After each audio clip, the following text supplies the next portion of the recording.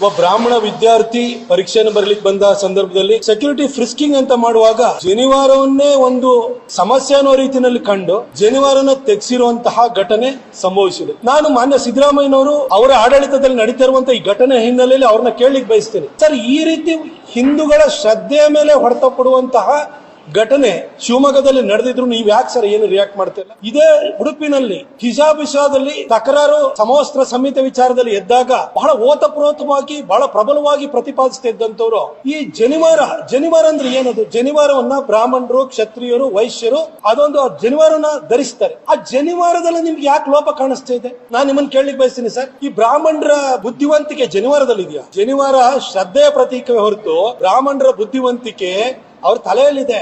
ವೇದ ಉಪನಿಷತ್ತುಗಳ ಕಾಲದಿಂದಲೂ ಕೂಡ ಇವತ್ತು ನಮ್ಮ ಜ್ಞಾನ ಸಂಪತ್ತನ್ನ ಪ್ರತಿ ತಲೆಮಾರಿಂದ ತಲೆಮಾರಿಗೆ ತಂದು ಈ ಸಂದರ್ಭದವರೆಗೂ ಕೂಡ ಆ ಜ್ಞಾನವನ್ನು ತಂದಿರುವಂತವರು ಬ್ರಾಹ್ಮಣರು. ಅವರ ಜನಿವಾರದಲ್ಲಿ ಯಾಕೆ ಸರ್ ನಿಮಗೆ ಕಾಣಿಸ್ತಿದೆ? ಜನಿವಾರ ತೆಗೆಸಿರುವಂತದ್ದು ಒಟ್ಟಾರೆ ಹಿಂದೂಗಳ ಶ್ರದ್ಧೆ ಮೇಲೆ ಹೊಡೆದಿರುವಂತಹ ಒಂದು ಮಾರಕವಾದಂತಹ ಪೆಟ್ಟಾಗಿದೆ.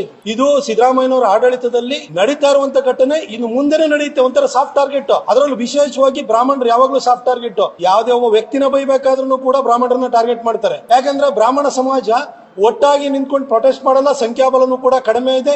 ಇನ್ನು ಜಾತಿ ಗಣತಿಯನ್ನು ನೀವು ಹೊರಗಡೆ ಹಾಕಿರೋದ್ರಿಂದ ಬ್ರಾಹ್ಮಣರ ಸಂಖ್ಯೆ ಬಹಳ ಕಡಿಮೆ ಇದೆ.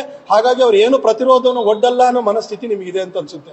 ಸ್ವಾಮಿ ಸಿದ್ದರಾಮಯ್ಯ ಸಾಹೇಬ್ರೆ, ಯಾರ್ದೋ ಮನೆಯಲ್ಲಿ ಮದುವೆ ಆಗಬೇಕು ಅಂದ್ರೆ ಬ್ರಾಹ್ಮಣರು ಬೇಕು, ಮುಂಜಿ ಆಗಬೇಕು ಅಂದ್ರೆ ಬ್ರಾಹ್ಮಣರು ಬೇಕು, ಸತ್ತರ ಕೊನೆಗೆ ಮುಕ್ತಿ ಕೊಡ್ಸಕ್ಕೂ ಬ್ರಾಹ್ಮಣರು ಬೇಕು, ನಿಮ್ಮ ಮನೆಯಲ್ಲಿ ಪೂಜಾ ಪುನಸ್ಕಾರಕ್ಕೂ ಬ್ರಾಹ್ಮಣರು ಬೇಕು. ಯಾಕೆ ಬ್ರಾಹ್ಮಣರ ಮೇಲೆ ಇಷ್ಟು ದ್ವೇಷ? ನೀವು ರಾಜ್ಯದ ಮುಖ್ಯಮಂತ್ರಿಯಾಗಿ ಹಿಂದೂಗಳ ಶ್ರದ್ಧೆಯ ಪ್ರತೀಕವಾಗಿರುವಂತಹ, ಅದರಲ್ಲೂ ವಿಶೇಷವಾಗಿ ಬ್ರಾಹ್ಮಣರ ಶ್ರದ್ಧೆಯ ಪ್ರತೀಕವಾಗಿರುವಂತಹ ಜನಿವಾರ ತೆಗೆಸಿರೋದ್ರ ಬಗ್ಗೆ ಯಾಕೆ ಸರ್ ಮಾತಾಡ್ತಿಲ್ಲ ನೀವು? ಯಾಕಾಗಿ ಈ ಘಟನೆ ಸಂಭವಿಸಿದ್ರು ಕೂಡ ನೀವು ಅದಕ್ಕೆ ಒಂದು ಕ್ರಮ ಕೈಗೊಳ್ಳಬೇಕು. ಆ ಪರೀಕ್ಷಾ ಕೇಂದ್ರದ ಮೇಲೂ ಕೈಗೊಳ್ಳಬೇಕು, ಆ ಸಂಬಂಧಪಟ್ಟ ಶಾಲೆ ಮೇಲೂ ಕೂಡ ನೀವು ಕ್ರಮವನ್ನು ಕೈಗೊಳ್ಳಬೇಕು. ಆದ್ರೂ ಬಿಟ್ಟು ನೀವು ಮೌನ ವಹಿಸಿದ್ರಿ ಅಂತಂದ್ರೆ ಹಿಂದೂಗಳ ಶ್ರದ್ಧೆಯನ್ನ ನೀವು ಬಹಳ ವ್ಯವಸ್ಥಿತವಾಗಿ ಪಡೆಯುವಂತ ಒಂದು ಪಿತೂರಿಯ ಭಾಗವಾಗಿದ್ದೀರಿ ಅಂತ ನನಗೆ ಅನಿಸ್ತಾ ಇದೆ. ಇದನ್ನ ಬರೀ ಇದು ಬ್ರಾಹ್ಮಣರಿಗೆ ಮಾಡಿರುವಂತ ಅಪಚಾರ ಅಂತ ಭಾವಿಸಬೇಡಿ. ಇದು ಒಟ್ಟಾರೆ ಹಿಂದೂಗಳ ಶ್ರದ್ಧೆಯ ಮೇಲೆ ಶ್ರದ್ಧೆಯನ್ನು ಹೊಡಿಲಿಕ್ಕೆ ಮಾಡಿರುವಂತಹ ಒಂದು ಪ್ರಹಾರ.